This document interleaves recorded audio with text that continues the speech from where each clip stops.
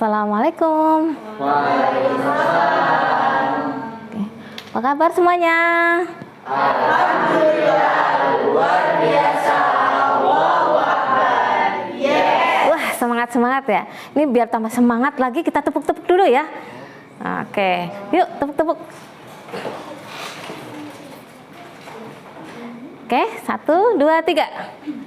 Buka tutup, bertepuk tangan. Buka tutup, bertepuk buang. Naik, naik, naik, naik sambil ke dagu. Buka lebar-lebar, buka lebar-lebar sambil tertawa. Ha ha. Buka lebar-lebar, buka lebar-lebar sambil tertawa. Ha ha. Oke, siap. Semangat-semangat. Oke, silakan duduk. Baik, kita lanjutkan ya mata kuliah ini, desain pembelajaran IPA ya. Kali ini Ibu akan memberikan materi tentang metode pembelajaran IPA ya. Baik, sebelumnya kita berdoa dulu ya dengan membaca basmalah terlebih dahulu. Bismillahirrahmanirrahim. Oke, tentang metode pembelajaran. Di sini teman-teman udah pada ngajar semua ya di SD ya atau MI, betul? Atau ada yang belum? Ada ya. Oke, tentunya ketika mengajar IPA itu harus menggunakan metode ya. Kenapa? Karena supaya siswa itu tambah semangat, kemudian dalam memahami pelajaran itu tambah ini ya cepat ya, sehingga harus menggunakan metode ya, supaya siswanya juga tidak bosan ya dalam belajar ya. Oke, ada yang tahu tentang metode? Metode itu apa? Coba, ayo. Metode itu apa? Cara atau langkah-langkah dalam pembelajaran. Oke, ada lagi satu lagi cowok, cewek. Barangkali ini punya pendapat lain. Ada. Oke, jadi metode mengajar ini adalah metode merupakan cara ya, cara yang dilakukan atau yang digunakan oleh guru dalam menyampaikan materi pembelajaran. Jadi setiap melakukan ini ya menyampaikan materi itu harus menggunakan metode. Banyak sekali ya macam-macamnya metode pembelajaran IPA ini ya. Jadi di sini metode pembelajaran IPA ini ada banyak macamnya. Yang pertama ada metode ceramah, kemudian ada metode diskusi, lalu ada metode tanya jawab, lalu ada metode demonstrasi ya, metode karya wisata, eksperimen, dan metode simulasi. Oke, metode demonstrasi ya. Kita belajar tentang metode demonstrasi. Metode demonstrasi itu apa? Metode yang sering digunakan ya, sering sekali digunakan oleh guru IPA ya dalam mendemonstrasikan sesuatu hal. Jadi siswanya itu gurunya mendemonstrasikan, kemudian melibatkan siswa ya dalam pembelajaran IPA ya. Kemudian ada metode simulasi ya. Simulasi ini metode yang digunakan dalam pembelajaran IPA ini untuk mengabstraksikan kenyataan yang ada ya. Jadi nanti bisa simulasi ya, siswanya itu mensimulasikan ya. Kemudian metode ceramah ya yang biasa kita gunakan juga untuk mengawali pembelajaran itu biasanya menggunakan metode ceramah dulu. Jadi setiap menyampaikan materi itu tidak harus metodenya cuma satu ya, bisa di mix ya, atau bisa digabung dengan metode-metode yang lain. Seperti metode ceramah, juga metode diskusi ya. Jadi bisa ada diskusinya, ada ceramahnya, kemudian metode ini ya bisa demonstrasi ya. Misalkan mau menyampaikan materi tentang ini bunyi ya, bisa didemonstrasikan terlebih dahulu. Atau materi apa lagi? Materi tentang udara misalnya. Nah, ini bisa didemonstrasikan.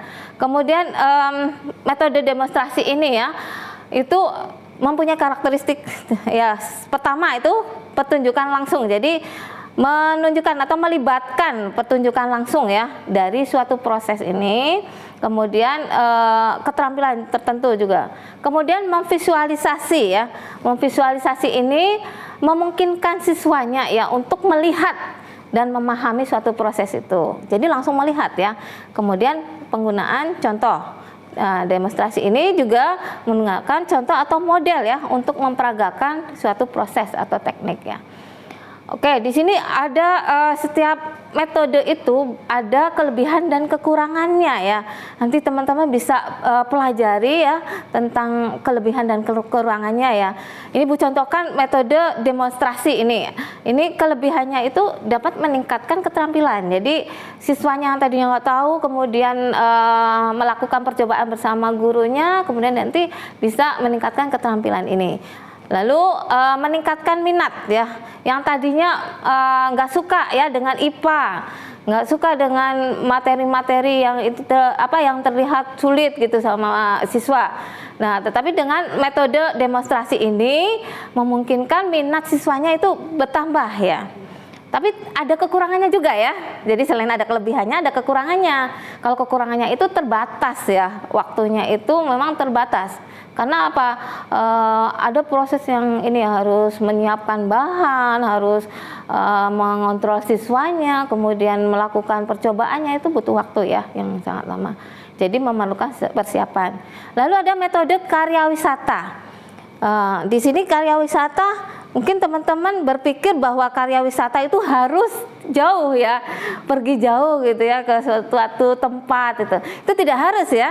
Jadi karya wisata di sini teman-teman bisa ini ya untuk pengalaman langsung di luar. Misalkan kita ajakin siswanya jalan-jalan keluar, misalnya mengamati tentang Putri Malu. Kita jalan-jalan di kebun yang dekat sini aja atau di sekitaran sekolah gitu ya. Kayak gitu, ini karya wisata ya. Jadi bukan berarti karya wisata itu harus jalan-jalan jauh ya, study tour itu enggak. Jadi di sini karakteristik metode karya wisata ini pertama itu pengalaman langsung.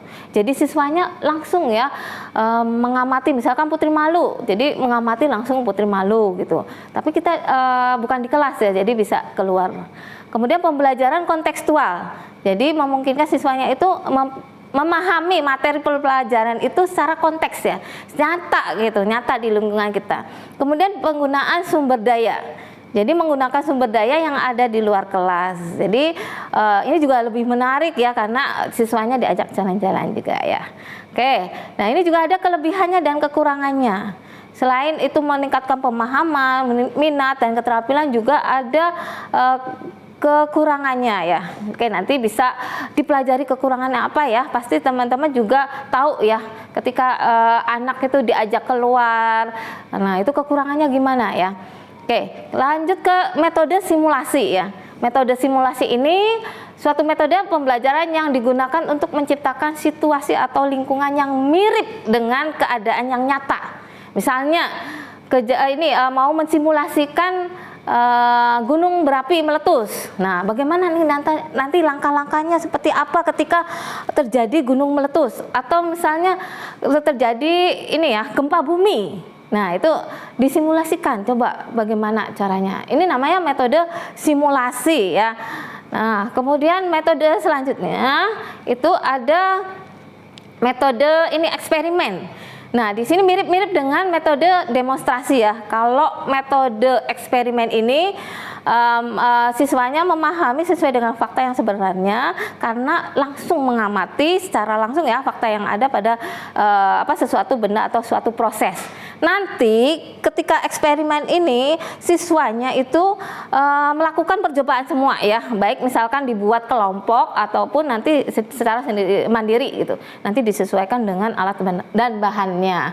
Itu ya metode eksperimen. Jadi tentunya teman-teman juga bisa yang memilih mana metode yang cocok ya untuk diterapkan ketika misalnya materi apa gitu. Jadi tidak semua materi itu harus demonstrasi ya.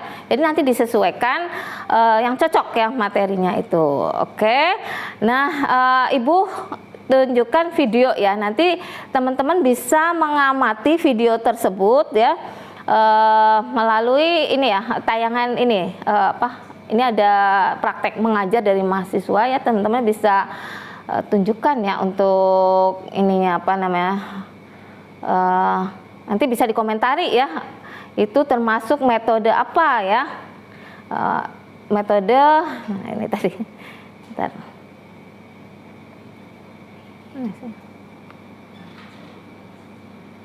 Nah ini ya bisa dilihat ya. Oke, disimak ya videonya.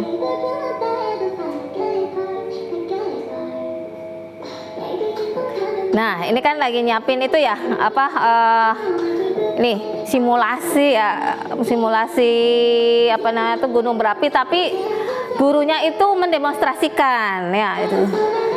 Kemudian menjelaskan melalui PowerPoint, kemudian siswanya juga ini ya melakukan presentasi ya untuk dari itu.